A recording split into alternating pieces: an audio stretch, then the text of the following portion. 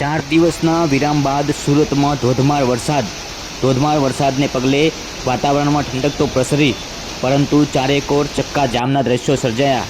સુરતના કાપોદ્રા વિસ્તારમાં વરસાદી પાણી ભરાતા રોડ પર પાણી ભરાઈ જતા એક જ સાઈડનો રોડ કાર્યરત કર્યો છે, ત્યારે ભારે ટ્રાફિક જામ જોવા મળ્યો છે। આપ જોઈ રહ્યા છો દ્રશ્ય સુરતથી સીધા બનાસતક ન્યૂઝ નેટવર્કના માધ્યમથી।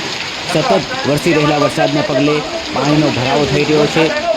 પૂણા વિસ્તારમાં પણ પાણી ભરાયા છે। ઘૂંટણસમાં પાણી ભરાતા લોકોને હાલાકી ભોગવવાનો વારો આવ્યો છે। પાણી ભરાઈ જતા અનેક વાહનો બંધ પડ્યા છે।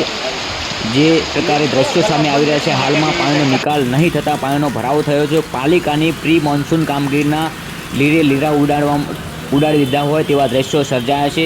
વરાસાની મેઇન રોડ પર ઘૂંટણસમાં પાણી ભરાયા। હજારો વાહનો આ રોડ પરથી દરરોજ પસાર થાય છે। પાણીનો નિકાલ નહીં હોવાના કારણે પાણીનો ભરાવો થયો છે। અનેક વાહનો પાણીમાં બંધ પણ થયા છે। દર વર્ષે પાણીનો ભરાવો થાય છતાં પાલિકા કોઈ નિરાકરણ કરતી નથી। વાહન અડધ ડૂબી ગયા। બંધ પડેલી કારોની અંદર પણ પાણી ઘૂસી ગયા।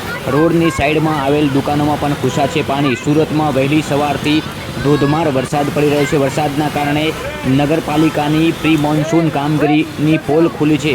વરાસા મેઇન બજારમાં પણ ઘૂંટણસમાં પાણી આપ જોઈ રહ્યા છો। આ દ્રશ્યો જે સીધા બનાસતક ન્યૂઝ નેટવર્કના માધ્યમથી સુરતમાં હાલમાં જે પ્રમાણે હવામાન વિભાગની આગાહી હતી તે જ પ્રમાણે ધોધમાર વરસાદ પડી રહ્યો છે। સતત વહેલી સવારથી વરસતા વરસાદે ચારેકોર પાણી કરી દીધું છે। જે પ્રકારના દ્રશ્યો સામે આવી રહ્યા છે, સુરતમાં મેઘો મુશળધાર વરસી રહ્યો છે, ત્યારે ભારે વરસાદને પગલે સુરતના અનેક વિસ્તારમાં પાણી ભરાયા છે। ઘૂંટણસમાં પાણી ભરાતા લોકોનો પાલિકા સામે રોષ છે। રાજણ વિસ્તારમાં પણ પાણી ભરાતા લોકો હાલાકી ભોગવી રહ્યા છે। અહીંયા ટ્રાફિકના ચક્કાજામના દ્રશ્યો પણ સર્જાયા છે। જે પ્રકારના દ્રશ્યો સામે આવી રહ્યા છે, પાણી ભરાવાને કારણે અનેક વાહનો બંધ પડ્યા છે। છેલ્લા 4 દિવસના વિરામ બાદ ફરી એકવાર સુરતમાં મેઘો